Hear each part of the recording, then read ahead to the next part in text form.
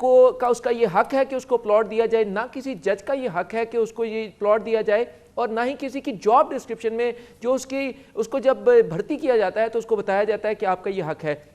لہٰذا عدالت نے کہا کہ یہ تمام بندر بانٹ ہے، یہ جو ایک پورا پروسیس ہے، یہ خلاف آئین ہے، اس کی نہ کوئی قانون میں گنجائش ہے اور نہ ہی اس طرح کا کوئی بھی پروسیجر، کیونکہ لوگوں سے زبردستی زمینیں لی جاتی ہیں اور وہ اونے پونے داموں لی جاتی ہیں، اور اس کے بعد جو اشرافیہ ہے اس کو اگر 5 کروڑ کا پلاٹ ہے تو وہ 50 لاکھ میں دیا جاتا ہے۔ اتنے سستے داموں پلاٹس اتنے طاقتور ترین لوگوں کو دیے جاتے ہیں۔ یہ پورا پروسیجر جو ہے عدالت نے کہا کہ یہ ایک غیر آئینی اور غیر قانونی ہے، کیونکہ اس میں صرف جو ہے وہ ایک چند مخصوص لوگوں کو نوازنے کی کوشش ہے۔ پہلی بار تو نہیں ہوا نا، یہ یقیناً یہ ہائی لائٹ ہو گیا، یہ تو ایک معمول کا عمل ہے نا کہ پاکستان کی شاید جو قیمتی ترین زمین ہے وہ ادارے نے، سرکاری ادارے نے اپنے آفیسز کے میں بانٹ دی، مطلب وہ جو کہ جس کی قیمت ہی پاکستان کی جو شاید سب سے زیادہ قیمتی زمین ہو، تو اس اسکیم سے ہی جو لوگ متاثر ہوں گے تو متاثر ہوں گے، اس روش پر، اس ماحول پر تو اس کا کوئی اثر نہیں پڑے گا نا، یہ سلسلہ تو جاری رہے گا، اور جو کہ یعنی کہ یکمشت کروڑوں نہیں اربوں روپوں کی زمین کے مالک بن جاتے ہیں ریٹائرمنٹ پہ، اس پر تو اس کا کوئی اثر نہیں پڑے گا۔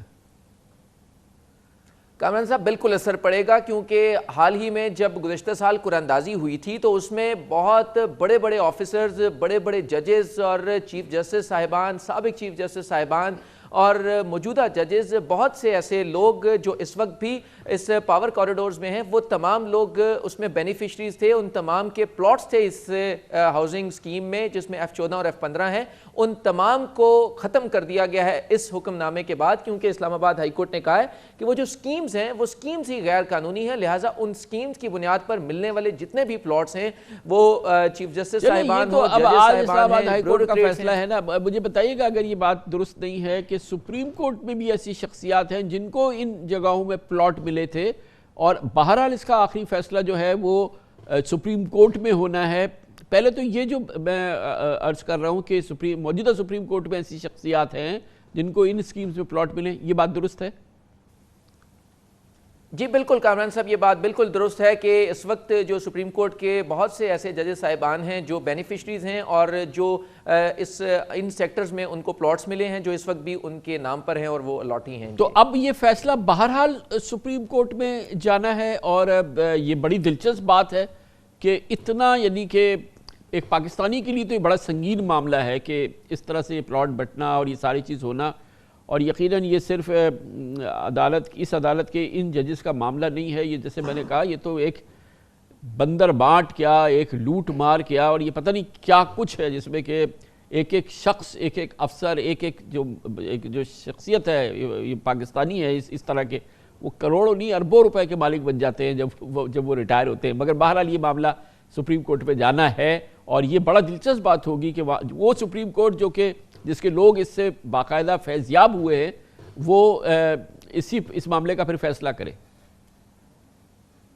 کامران صاحب، یہ جو پوری ججمنٹ ہے اس میں عدالت نے 3 بنیادی سوال اٹھائے ہیں اور پھر ان کی تفصیل لکھی ہیں۔ سب سے پہلے ایلیٹ کیپچر لکھا گیا ہے کہ کیسے اشرافیہ جو ہے وہ پورے نظام کو کنٹرول کر لیتی ہے اور پورے جو قیمتی ترین زمینیں ہیں وہ ہتھیا لی جاتی ہیں، اور اس کے بعد عدالت نے یہ لکھا کہ کانفلکٹ آف انٹرسٹ ہے کہ وہ لوگ جن کے پاس پورا ریاست کا نظام ہے، وہ تمام لوگ جن کے پاس فیصلوں کا اختیار ہے، وہ تمام لوگ بینیفیشریز ہیں۔ اس کے بعد عدالت نے تیسرا جو سوال اٹھایا وہ امپارشیلٹی آف دی جوڈیشری ہے۔ عدالت نے کہا کہ supreme court, high court, district judiciary تمام لوگ ہی اس میں بینیفیشریز ہیں، تو یہ جو عام لوگ ہیں جن کی زمینیں لی جاتی ہیں یا کوئی اس کے ممبرز ہیں یا کوئی کانٹریکٹرز ہیں، وہ تمام لوگ انصاف کے لیے کس کے پاس جائیں گے؟ عدالت نے کہا کہ یہ ایک پورا نظام ایسا بنایا گیا ہے جس میں عام آدمی کے لیے کچھ بھی نہیں ہے، صرف افسران یا یہ تمام ادارے اپنے ہی آپ کو فیضیاب کرنے کے لیے، اپنے لوگوں کے لیے خود ہی کیسے پالیسی بنا لیتے ہیں، وہ یہ کیسے، اور یہ پبلک انٹرسٹ کے خلاف، اور وہ زمین جو کہ پاکستان کی زمین ہے، پاکستان کی قوم کی زمین ہے، وہ خود اپنے نام کرا لیتے ہیں۔ یہ بڑا امپورٹنٹ پوائنٹ اٹھایا عدالت نے۔ ایگزیکٹلی کامران صاحب، یہ وہ بنیادی سوال ہے جس کو عدالت نے ان 64 صفحات پر مشتمل اپنے تفصیلی فیصلے میں بار بار ہر صفحے پر یہ کہا کہ پبلک انٹرسٹ کی بار بار بات کی جاتی ہے، لیکن کہیں پر پبلک انٹرسٹ نہیں، صرف ایلیٹ کیپچر ہے. اور جو تمام افسران ہیں، ججز ہیں، ان کی یہ آئینی ذمہ داری ہے کہ وہ پبلک انٹرسٹ کو سیف گارڈ کریں گے، وہ عوام الناس کے حقوق کا تحفظ کریں گے. یہاں تو تمام جو اشرافیہ ہے وہ اپنے حقوق کا تحفظ کر رہی ہے، اپنے لیے حقوق کریٹ کر رہی ہے اور اپنے حقوق کا تحفظ کر رہی ہے، تو عوام الناس کے حقوق کا تحفظ کون کرے گا؟ اور عدالت نے اس میں یہ بھی کہا کہ ہم نے جب وفاقی کابینہ اور پرائم منسٹر کے سامنے بھی یہ معاملہ رکھا تو اس میں بھی وہاں پر بھی ہمیں افسوس ہوا کہ وہاں پر بھی صرف جو ایلیٹ کیپچر ہے ان کے حقوق کا تحفظ کیا گیا، نہ کہ پبلک انٹرسٹ کا خیال رکھا گیا. اور عدالت نے کہا کہ ہمیں لگتا ہے کہ شاید پرائم منسٹر کو اندھیرے میں رکھا گیا ہے. عدالت نے کہا کہ سیکٹری جو ہاؤسنگ ہیں وہ 2 ہفتے کے اندر یہ پورا معاملہ ایک بار پھر کابینہ کے سامنے رکھیں اور اس کے بعد کابینہ فیصلہ کرے کہ کیسے یہ ایلیٹ کیپچر اور صرف اشرافیہ کو نوازنے کے لیے اتنا بڑا ایک پورا اسکیم لانچ کی گئی. اور اس اسکیم کے بعد بہت شکریہ عامر سعید عباسی ہمارے ساتھ موجود تھے. آپ نے اندازہ لگایا ہوگا اس پوری گفتگو سے، اور یہ جو آج اسلام آباد ہائی کورٹ نے فیصلہ کیا ہے یہ بہت ہی دور رس فیصلہ ہے، اور یقیناً یہ وہ معاملہ ہے جو کہ پاکستانی عوام کے دل کی بات ہے. اور یہ جیسے ایلیٹ کیپچر کا نام لیا گیا ہے، یا کہ پاکستان کی زمین، پاکستان کے عوام کی زمین، قوم کی زمین، اور یہ افسر اور اس میں ججز بھی شامل ہیں، ان کے نام الاٹ ہو گئی. یہ تمام معاملہ بہرحال یہ جانا ہے بھی سپریم کورٹ میں، لیکن بہرحال اپنے حوالے سے یہ بہت بڑا فیصلہ ہے، انقلابی فیصلہ ہے. کمرشل بریک، اس کے بعد ذکر کریں گے پاکستان کے خلاف بھرپور سازش. ایک بار پھر اس کا برملا اظہار ہوا. انتہائی اہم دورے پہ وزیر اعظم عمران خان جیسے ہی چین پہنچے ہیں، جہاں پر کہ بہت بڑا گیم چینجر جو ہے سی پیک کا منصوبہ، اس حوالے سے بڑے کلیدی مذاکرات ہونے ہیں. بلوچستان میں پھر بہت بڑی دہشت گردی ہوئی ہے، سیکیورٹی فورسز پہ حملے ہوئے ہیں، وہ کہ کچل دیا گیا ہے، دہشت گردوں کو ہلاک کیا گیا ہے، مگر یہ سازش جو ہے وہ مکمل کھل کے سامنے آئی ہے. وزیر داخلہ شیخ رشید احمد سے بات کریں گے چھوٹے سے وقفے کے بعد.